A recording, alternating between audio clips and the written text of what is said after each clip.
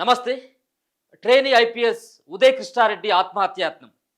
నిన్న జరిగినటువంటి సంఘటన నేపథ్యంలో డిప్రెషన్లోకి వెళ్ళినటువంటి ఉదయ్ కృష్ణారెడ్డి కాసేపటి క్రితమే మోతీనగర్లో ఉన్నటువంటి తన తమ్ముడి ఇంట్లో ఆత్మహత్యాయత్నం ప్రయత్నానికి పాల్పడడం జరిగింది. తన యొక్క పరిస్థితి సైతం కూడా చాలా సీరియస్గా ఉన్నట్టుగా తెలుస్తూ ఉంది. ఎస్ఆర్ నగర్లో ఉన్నటువంటి ఒక హాస్పిటల్లో ట్రీట్మెంట్ చేసుకుంటూ ఉన్నాడు. సో జరిగినటువంటి పరిణామం చాలా సోషల్ మీడియాలో చాలా ఫాలోయింగ్ ఉన్నటువంటి వ్యక్తి ఉదయ్ కృష్ణారెడ్డి. ఎందుకంటే అవమానాల నుంచి వాటన్నిటిని ఎదుర్కొని నిలబడి ఒక ఐపీఎస్ స్థాయికి వచ్చినటువంటి వ్యక్తి తనని ఆదర్శంగా తీసుకొని చాలామంది వాళ్ళు సోషల్ మీడియాలో పోస్టులు చేసింది. నిజంగా చాలా గ్రేట్ ఆఫీసర్. కానిస్టేబుల్గా ఉన్నటువంటి టైంలో తన పై ఆఫీసర్ దగ్గర నుంచి అవమానాలను ఎదుర్కొని తన పోలీసు ఉద్యోగానికి, తన కానిస్టేబుల్ ఉద్యోగానికి రాజీనామా చేసి 4 సార్లు ఎగ్జామ్ రాసి ఐదోసారి అటెంప్ట్ చేసి ఆయన ఐపీఎస్గా సెలెక్ట్ కావడం జరిగింది. సో చాలా సక్సెస్ఫుల్ స్టోరీ. కానీ ఒక్కసారి హీరో నుంచి జీరోకి దిగజారడం. ముఖ్యంగా జాతీయ పోలీస్ అకాడమీలో తనతో పాటు ట్రైనింగ్కి వచ్చినటువంటి లేడీ ఐపీఎస్ ఆఫీసర్ పైన లైంగిక వేధింపుల దాంట్లో తాను బలి కావడం జరిగింది. సో తాను ఇచ్చినటువంటి ఫిర్యాదు కర్ణాటక రాష్ట్రానికి చెందినటువంటి ఒక మహిళా ట్రైనీ ఐపీఎస్ తనతో పాటు ట్రైనింగ్ కోసం వచ్చింది.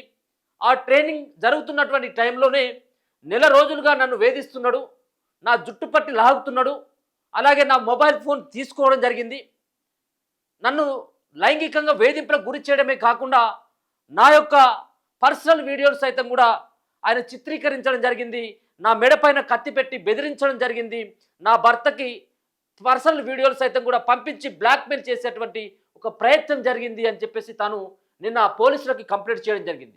సో కంప్లైంట్ అందుకున్నటువంటి పోలీసులు, ఎందుకంటే జాతీయ పోలీస్ అకాడమీ అంటేనే చాలామంది దాంట్లో చదువుకున్నటువంటి వాళ్ళంతా కూడా వస్తారు. ఐఏఎస్ ఐపీఎస్కి సంబంధించినటువంటి వాళ్ళే దాంట్లో ట్రైనింగ్ తీసుకోవడానికి వస్తున్నటువంటి దాంట్లోనే ఒక మహిళ పైన జరిగినటువంటి దీన్ని చాలా సీరియస్గా తీసుకున్నటువంటి పోలీసులు కానీ ఆ అకాడమీ కానీ.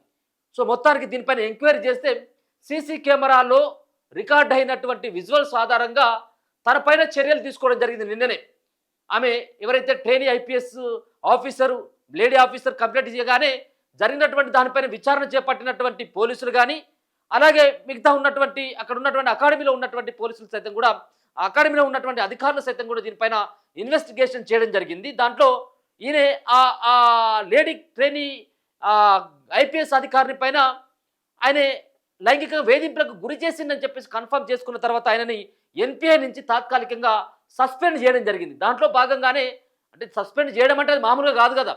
సో కమిటీ ఉంటుంది, దాంట్లో ప్రివిలేజ్ కమిటీ ఇచ్చినటువంటి నివేదిక ఆధారంగా ఈ నిర్ణయం తీసుకొని ఎన్పిఐ నుంచి తాత్కాలికంగా ఆయనను సస్పెండ్ చేయడం జరిగింది. అంటే ఇవన్నీ కూడా ఆధారాలు లభించిన తర్వాతనే, వీటన్నిటిని కూడా ప్రూఫ్ చేసుకున్న తర్వాతనే వాళ్ళు ఈ నిర్ణయం తీసుకున్నట్టుగా స్పష్టంగా అర్థమవుతుంది. కాబట్టి ఆయనను అక్కడి నుంచి తాత్కాలికంగా తొలగించారు. రేపు భవిష్యత్తులో సైతం కూడా ఈ ఉద్యోగం ఉంటుందో ఉండదో, ఒక పక్కన నలుగురికి ఆదర్శంగా ఉండాలని చెప్పేసి నిర్ణయించుకున్నటువంటి ఉదయ్ కృష్ణారెడ్డి ఈ అవమానాన్ని భరించలేక తన సోదరుని ఇంట్లోనే ఆత్మహత్య ప్రయత్నం చేయడం జరిగింది. తన యొక్క తల్లిదండ్రులు లేకపోయినా చిన్నప్పటి నుంచే తన నాన్నమ్మ దగ్గర పెరిగి ఐపీఎస్గా ఎంపిక కావడం వరకు కూడా పూర్తిగా కష్టపడితే సాధించదు లేదు, ఏమీ ఉండదని చెప్పేసి భావించి మొత్తానికి అక్కడి వరకు తన అనుకున్నటువంటి లక్ష్యానికి కాస్త అడుగు దూరంలో ఉన్నప్పుడే ఒక మహిళ పైన ఈ విధమైనటువంటి వేధింపులు చేసిందని చెప్పేసి మహిళ ఫిర్యాదు ఆధారంగా తీసుకున్నటువంటి చర్యలతోటి తన జీవితం అంతా కూడా ఒక రకంగా ఒక బదనం పాలైపోయినట్టుగా స్పష్టంగా అర్థమవుతా ఉంది. తను ఈ సూసైడ్ అటెంప్ట్ చేసేదానికంటే ముందే మీడియాకు సైతం కూడా రిక్వెస్ట్ చేయడం జరిగింది, నిజ నిజాలని తెలుసుకొని ప్రచారం చేయండి, ఆమె ఇచ్చినటువంటి ఫిర్యాదు ఆధారంగా దాంట్లో అసలు వాస్తవం లేదు, సత్యం లేదు, నాకు న్యాయస్థానాలపైన కోర్టులపైన నాకు నమ్మకం ఉంది, నేను తేల్చుకుంటాను అని చెప్పేసి కూడా తాను ఒక స్టేటస్ సైతం కూడా, వాట్సాప్ స్టేటస్ కూడా పెట్టుకొని దాని తర్వాత ఈ సూసైడ్ అటెంప్ట్ చేసినట్టుగానైతే స్పష్టంగా అర్థమవుతా ఉంది. ఎస్ఆర్ నగర్లో తాను ట్రీట్మెంట్ చేసుకుంటున్నాడు.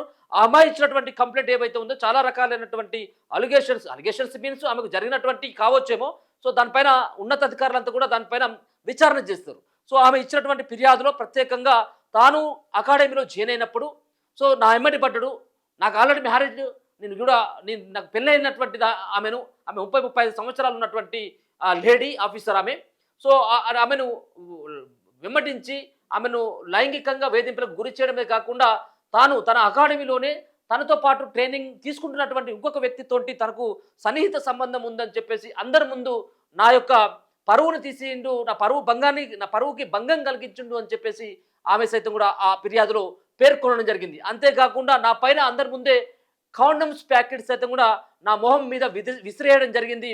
నన్ను రూపులోకి లాక్కెళ్ళి నన్ను జుట్టు పట్టుకొని లాక్కెళ్ళి నన్ను వేరే ప్లేస్లలో సైతం కూడా నన్ను టచ్ చేసి నన్ను ఇబ్బందులకు గురి చేసిండు అని చెప్పేసి ఆమె ఆ యొక్క ఫిర్యాదులో పేర్కొన్నటువంటి అవన్నీ కూడా కనపడతా ఉన్నాయి. ఎందుకంటే ఆమె కొన్ని ఆధారాలను సైతం కూడా పోలీసులకి ఇచ్చినట్టుగా తెలుస్తూ ఉన్నది. పోలీసులకు సైతం కూడా రాత్రి పగలు ఆమెకు పంపినటువంటి సోషల్ మీడియా ఆమెకు పంపినటువంటి అకౌంట్స్లలో అది ఫేస్బుక్కే కావచ్చు, ఇన్స్టానే కావచ్చు, లేకపోతే వాట్సాప్లో తనకి పర్సనల్గా పంపినటువంటి మెసేజ్లు కానీ అసభ్యకరమైనటువంటి వీడియోలు కానీ ఇవన్నీ పంపినటువంటి ఉన్నతాధికారులకి ఆమె ఇచ్చిన తర్వాతనే ఈ విధమైనటువంటి నిర్ణయం తీసుకున్నట్టుగానైతే స్పష్టంగా అర్థమవుతుంది. ఆమె యొక్క ఫిర్యాదు సైతం కూడా చూద్దాం ఒకసారి. ఆమె ఏమని ఫిర్యాదు చేసింది అనేది కూడా ఇక్కడ స్పష్టంగా కనబడతా ఉన్నది. ఆ ఫిర్యాదులో ఇగో అసభ్య సందేశాలు దూషణలతో ఆయన 2024 బ్యాచ్ ఐపీఎస్ అధికారులకు శిక్షణ కొనసాగుతుంది.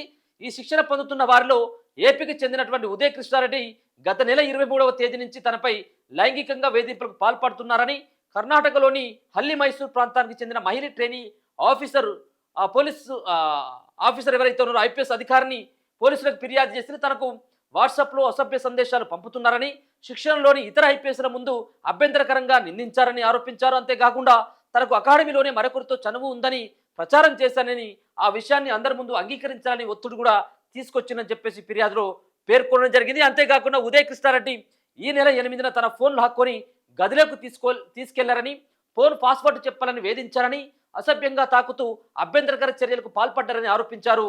ఈ నెల 9వ తేదీన రాత్రి 9 గంటలకు తనను బలవంతంగా ఉదయ్ కృష్ణారెడ్డి గదికి తీసుకెళ్లారని తన జుట్టు పట్టుకుని గొంతు నొక్కారని గొంతుపై కత్తి పెట్టి బెదిరించారని తనపై కాండోమ్ ప్యాకెట్ విసిరారని ఫిర్యాదులో పేర్కొన్నారు. అంతేకాకుండా ఈ నెల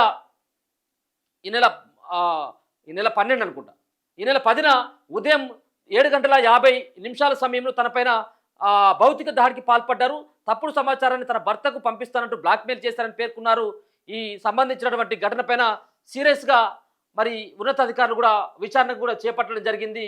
మొత్తానికి ఇవన్నీ కూడా అంటే జుట్టుపట్టి లాక్కెళ్ళడం కానీ అలాగే కాండమ్స్ ప్యాకెట్లు ఆమె పైన విసిరేయడం కానీ గొంతు పైన కత్తి పెట్టి బెదిరించడం కానీ అలాగే అసభ్యంగా తాకడం కానీ గదిలోకి తీసుకువెళ్ళడం కానీ అలాగే తన ఫోన్ లాక్కొని తన ఫోన్లు పాస్వర్డ్ కావాలని చెప్పేసి బెదిరించడం కానీ తన భర్తకి సైతం కూడా నేను మెసేజ్లు పంపిస్తానని చెప్పేసి అవమానించేటువంటి తీరంగా అలాగే బెదిరించేటువంటి తీరుగా సీనియర్ల ముంగట వాళ్ళతో ట్రైనింగ్ తీసుకుంటున్నటువంటి వాళ్ళతో నాకు సత్సంబంధం ఉందని చెప్పేసి నిందలేసేటువంటి ప్రయత్నం చేసింది అనేది అన్ని ఆధారాలని ఒకసారి ఉన్నతాధికారులకు చెప్పి ఉన్నతాధికారులకి పోలీసు ఉన్నతాధికారులకి సైతం కూడా ఆ ఫిర్యాదులో పేర్కొన్నటువంటి అవన్నీ కూడా సమర్పించిన తర్వాతనే ఆయనను తాత్కాలికంగా ఎన్పీఏ నుంచి తొలగించడం జరిగింది.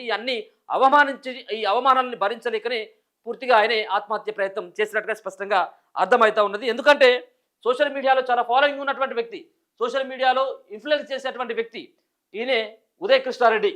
సో ఈ జాతీయ పోలీస్ అకాడమీలో జరిగినటువంటి ఒక లైంగికమైనటువంటి వేధింపులకు సంబంధించినటువంటి దానిలో బలి కావడం జరిగింది.